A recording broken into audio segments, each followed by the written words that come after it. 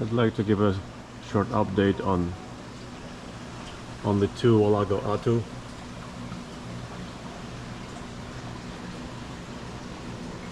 They cannot be housed together, so they live in two different tanks. This is what we've been calling the smaller one. Let's say it looks about a foot, but of course it's thin built, so it doesn't look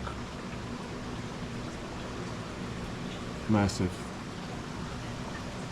for a 1 foot catfish.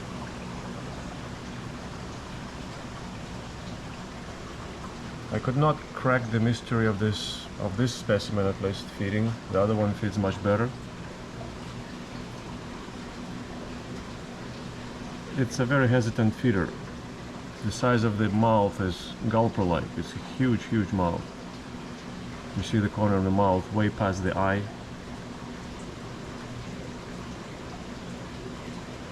So it's a formidable predator.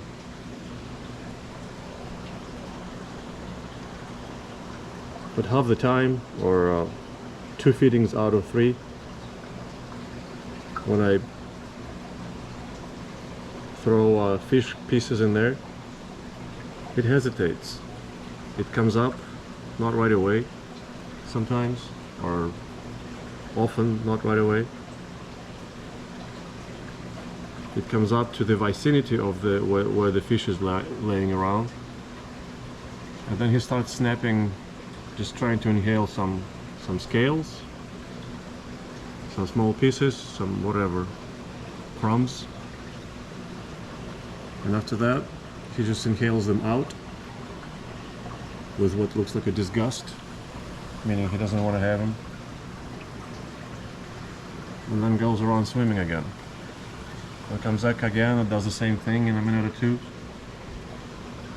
and again doesn't take a big piece. Even though he lays his whiskers on big pieces, he knows exactly where they are. They have very animate maxillary barbels, the upper barbels. They use them like arms. They touch with them whatever they want to feel. I mean, they use them like hands.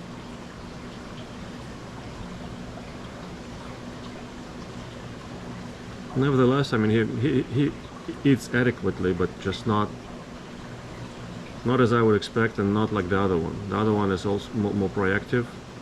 The other one learned to take pellets. This one doesn't. I throw in pellets for cutla, for the cutla carp. I have never seen this guy take any pellets, floating or sinking. Well, actually, maybe once I saw his stomach being big, and I haven't given any fish yet, so I thought maybe he was rinsing his stomach, which is what they're known for, because I've never seen him actually, or maybe he took some pellets, but I've never caught him do that. But anyhow, it's very slow, very hesitant, almost frustrating to see him eat. And then, of course, the tiger shovelnose, they don't wait. They take everything rather much quicker anyway.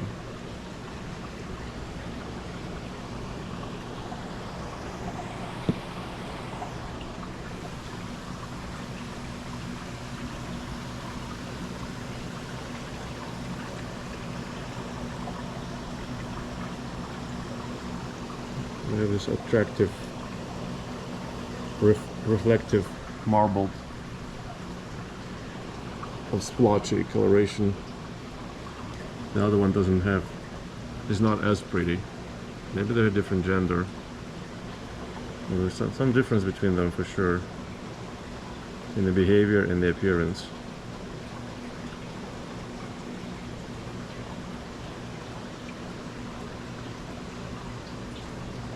Okay, let's go take a look at the other guy.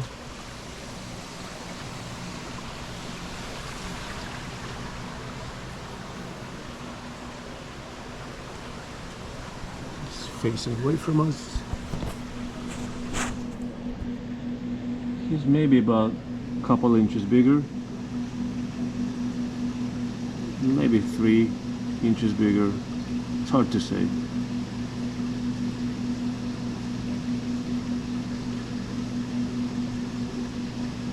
It looks about maybe 15 inches, let's say 14, 15.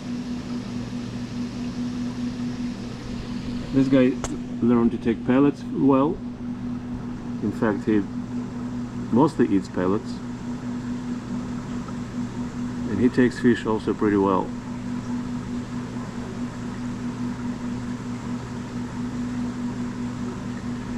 Because I feed this tank pellets several times a day for the sake of the sturgeon and for the sake of the white sturgeon, and for the sake of panda, the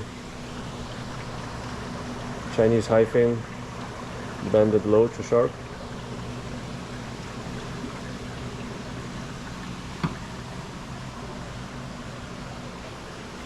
And this guy actually takes some pellets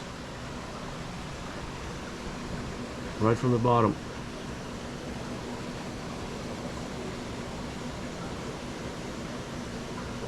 It's clearly bigger. It's been bigger from the beginning. They started growing as quickly as firewoods, but then I think they slowed down a lot. But maybe I need to revisit when I got them to calculate the number. It feels like they're not as fast growing as the firewood, but firewood are extremely fast growing, so they're growing well enough to be in the top tier growers. And again, a little kind of skittish, I would say, kind of nervous fish. See how he's pacing by the glass. I don't know what he's trying to do, swim away from me or from the light that I just turned on for the filming. The light is usually pretty dim.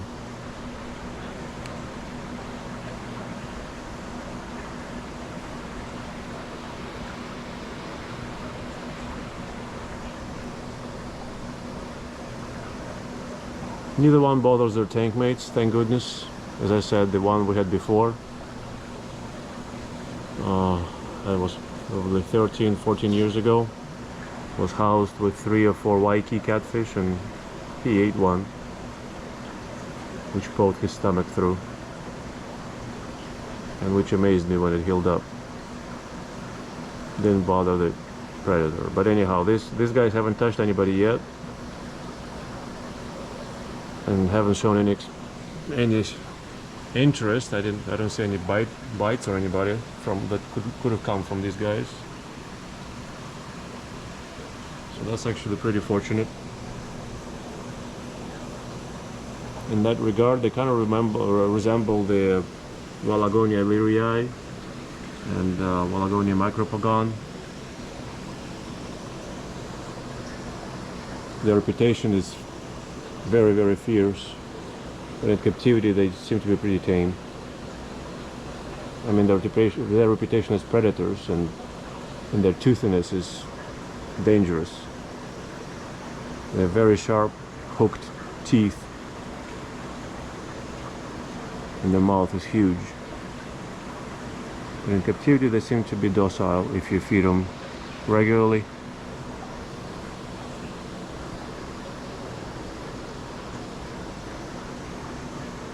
Well, anyhow, this is our report. I'm gonna check the timing and put the growth rate in the title, how many months passed and how many inches they grew, so we have them.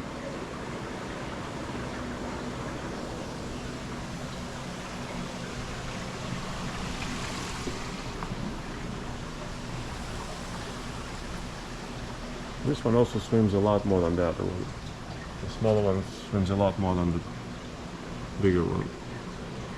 So that's another difference between them.